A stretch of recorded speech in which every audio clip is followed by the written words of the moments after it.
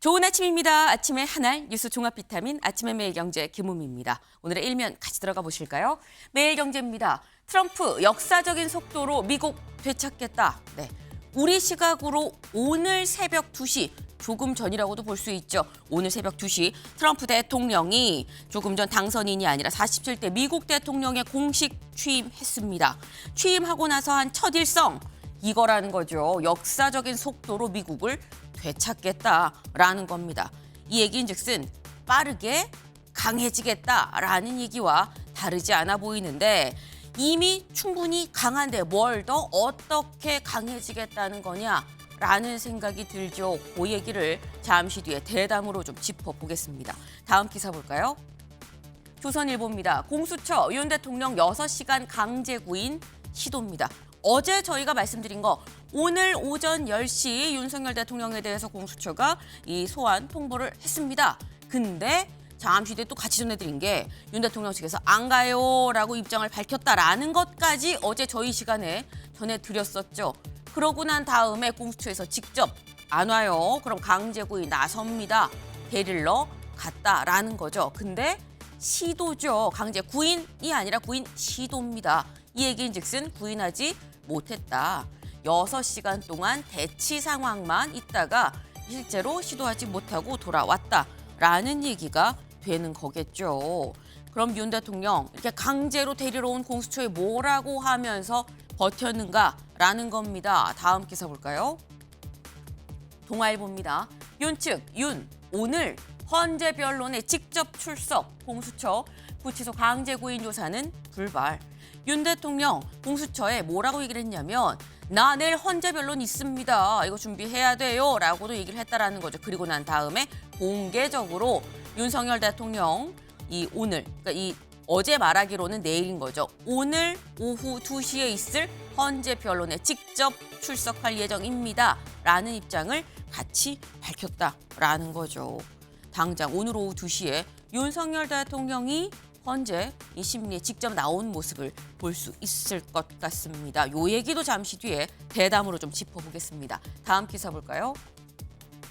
한겨레입니다. 경호처 윤석열 체포 전 총 실탄 준비했다라는 겁니다. 네, 이 관련해서 여기 볼까요? 관저에 총 2정과 실탄 80발을 배치하라라고 얘기를 했다라는 거예요. 요길 좀 보겠습니다. 한겨레의 취재에 따르면 경찰 특수단은 윤 대통령 체포영장 재집행이 임박한 이달 중순 이광호 경호본부장이 관저 무기고에서 기관단총 2정 그리고 실탄 80발을 관저 안에 있는 가족경호부로 옮겨두라고 지시를 했다라는 겁니다.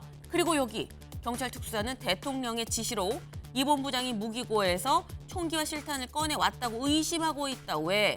윤 대통령이 지난 10에서 12일쯤 경호처 부장단과 오찬을 하면서 총을 쓸 수 없냐라고 말했고 여기에 경호처장이 네 알겠습니다 라고 답변했다는 진술을 확보했다라는 겁니다. 네, 이런 진술 때문에 실제 이런 진술이 있었던 건 맞긴 합니다만 근데 이 진술이 실제 있었는지 그리고 정말 총 실탄을 준비했었는지 그리고 더 나아가서 이게 맞다면 실제 이광호 본부장이 아니라 그 위에 윤석열 대통령의 지시였는지도 같이 조사가 돼야 될 사안으로 보입니다.